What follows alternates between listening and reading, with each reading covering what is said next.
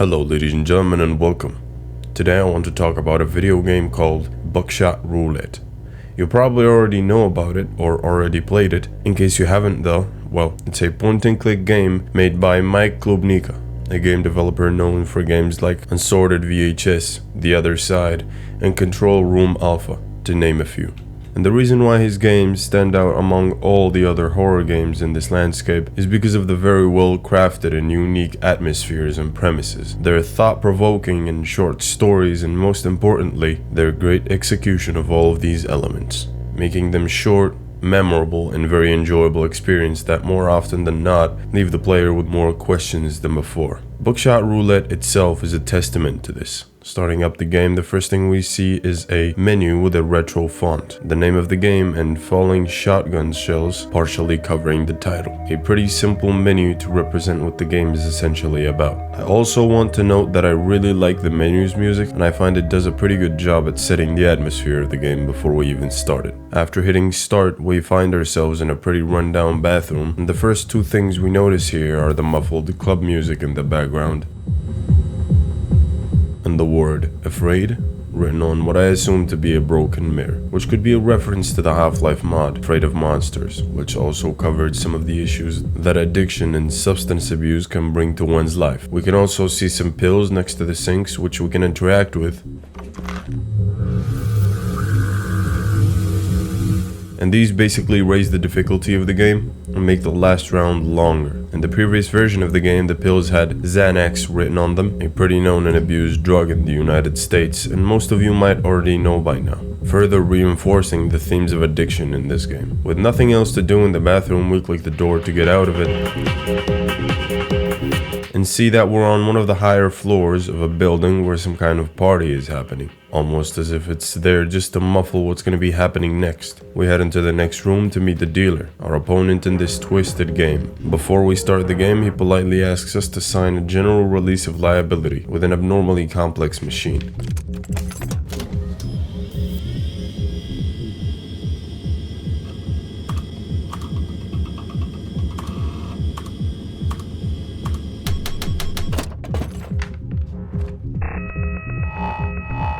And we start the game. There is a shotgun on the table and a bundle of shells shows up. Those shells are then introduced in an unknown order, according to the dealer, and we basically take turns with the shotgun. If you shoot yourself with a blank, you skip the dealer's turn, meaning you get to shoot again. If you shoot yourself with a live round, however,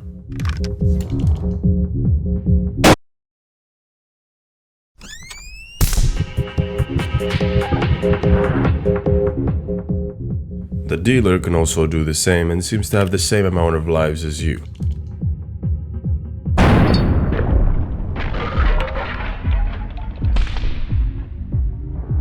If the shotgun runs out of shells, another bundle of shells is brought up to the table and introduced again, each time with a different amount and ratio of live rounds and blanks. In the second round, items are introduced, and their descriptions are as follows. Magnifying glass allows you to see what's inside the chamber. Handsaw cuts the top of the barrel of the shotgun, taking away 2 lives instead of 1. Can of beer reloads the shotgun, getting rid of the shell inside. Cigarettes gives you 1 of your lives back, only works if you already lost one. And finally, the handcuffs. They basically skip the other player's turn. We can use as many of these items as we want in our turn, and so can the dealer. In my opinion, the items add a lot more strategy and planning to the game. They make it more dynamic, and a lot of times the game can go from you absolutely obliterating the dealer to getting your frontal lobe shattered in a matter of seconds. As we pull out these items from the crates, in the second round we find a mysterious waiver just like the one we signed, with the name God written on it. Of course, like the gamers we are, we just assume that this is the creator of all things himself, and he somehow died in this game before us. The game has 3 endings. You get the first one by dying in the first or second round. In this ending, you basically get revived by the man smoking outside, saying,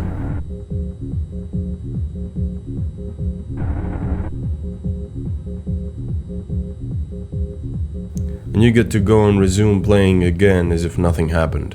An interesting thing I noticed here is how he says "it" left you with a charge.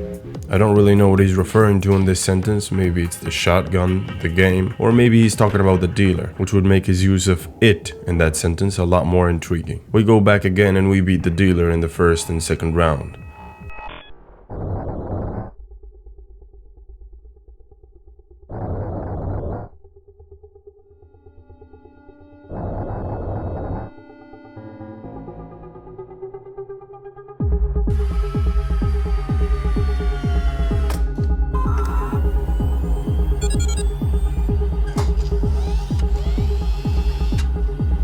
But we die in the third one this time.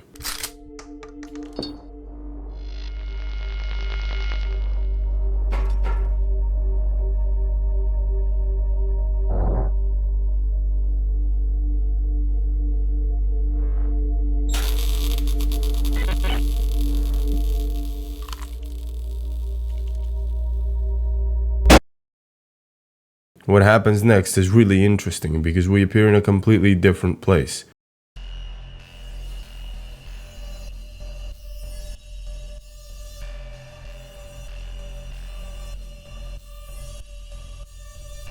An empty landscape with a door and huge spikes everywhere. In the game files, this is referred to as heaven, but as you can see, it looks far from it. I had a theory before that heaven in this universe is the way it is because the entity that takes care of it and protects it, lost to the dealer, as the waiver we found earlier would imply. I also want to mention that the game is plagued with Estonian writing, in the cigarette pack for example, the magazines, the bar of soap in the bathroom that translates to Fight Club, likely a reference to the movie with the same name, and judging from the fact that one of the magazines is from 1945, I like to assume that this game is set in Estonia sometime around the 50s or 60s.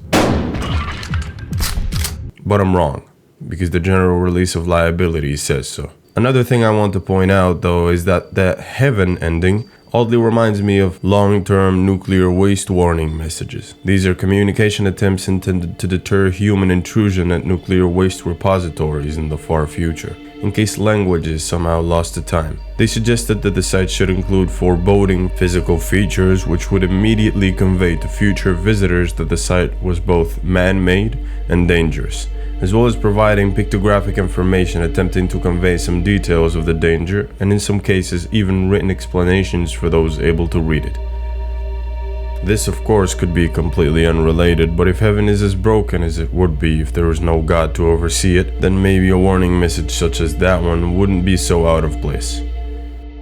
But I digress. The third and last ending we can get access to is achieved by beating the dealer in the last round.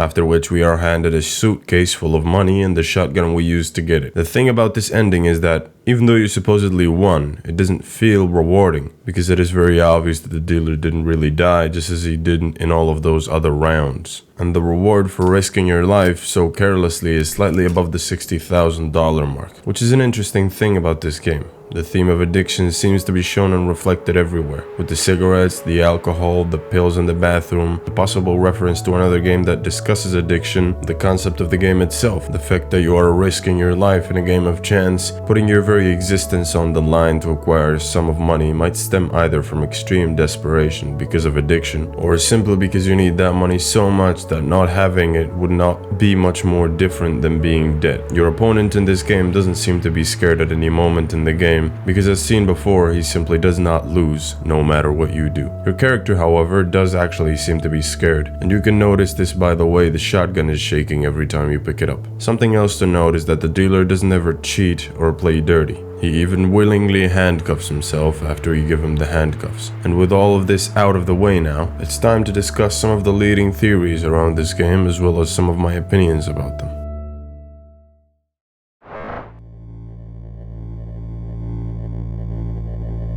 So, The first theory I would basically mash up from all the things shown in the game is that this is an illegal underground business. Judging by all the recording and TV related hardware, these matches of Buckshot Roulette could be streamed somewhere. Similar to the rumors of the non-existent rec rooms in the deep web, viewers would have to pay in order to watch these live streams and or snuff films or videos, which is the way the business owner, which I assume to be the man smoking outside, mainly from the way he speaks to us as if us getting back to the game would be beneficial to him in some way, and also by the way he seems to be overseeing the legitimate part of his business, which might as well only exist to muffle the sounds of the two idiots inside shooting each other for hours. In this theory, the God-signed waiver and the heaven ending don't really make much sense, as a godly figure that created the universe we exist in wouldn't die to a shotgun shell. Of course, this could be interpreted as the waiver simply indicating that no one here cares or believes in God, making him in a sense dead to them, but that is a bit far-fetched in my opinion.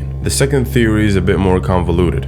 In this theory, the dealer represents some kind of demonic figure which in a game of chance managed to defeat and kill God, turning heaven into a much more hellish place that seems to be falling apart. This of course would mean that the owner of the club is some kind of higher being than both and oversees the roulette. In my opinion, this is a pretty weak theory, mainly because of the lack of roles to associate to the smoking man in this case, and most importantly because of the fact that the dealer's fair play contradicts that of Satan or any other general demonic figure, as any one of these creatures or entities would not play fairly in a game where they could very well cheat. This makes the dealer feel more like a fair judge, one that wouldn't lose anything regardless of the outcome of this trial. Which brings me to my third possible theory.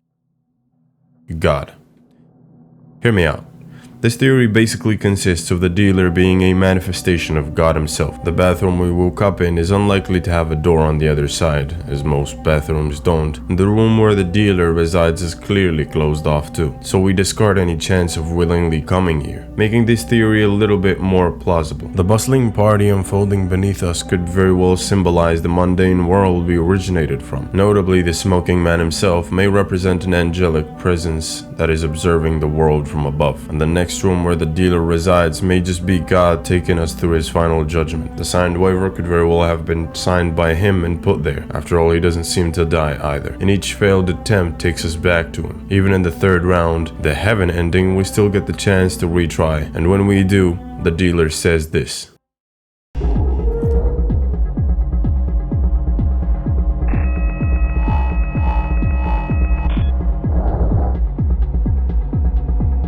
And the game continues, fully acknowledging that we just came back from this spiky, hazardous looking heaven we were in. Of course, this theory could also be a drag, which is why it's a theory. I mean, looking back at the game now, it is so vague and open that I'm sure you could come up with 1,000 other theories. Except there will always be a missing piece at all times. And I think I've tried to formulate theories about this game enough, so if you have any theories that could match or make sense, please feel free to leave them down in the comment section. Some additional information and Easter eggs that I found were the mention of the movie Interstellar on the can of beer, the face of the smoking man, and something that was only present in the old version of the game apparently, an unused 3D model called God in the game files. And with that, I think there isn't much more to add. Due to the vague and open nature of this game's story, I took some liberties and got to theorizing about its story or meaning. I'm sure my narratives could be wrong, which is why you can always leave comments suggesting better sounding or matching theories. But for now, that is what I formulated. If you enjoyed the video, don't forget to leave a like and subscribe if you'd like to see more videos like this one. This is my first attempt at a video of this style, so any feedback or advice regarding its quality is welcome. This was Buckshot Roulette, and I'll see you in the next one.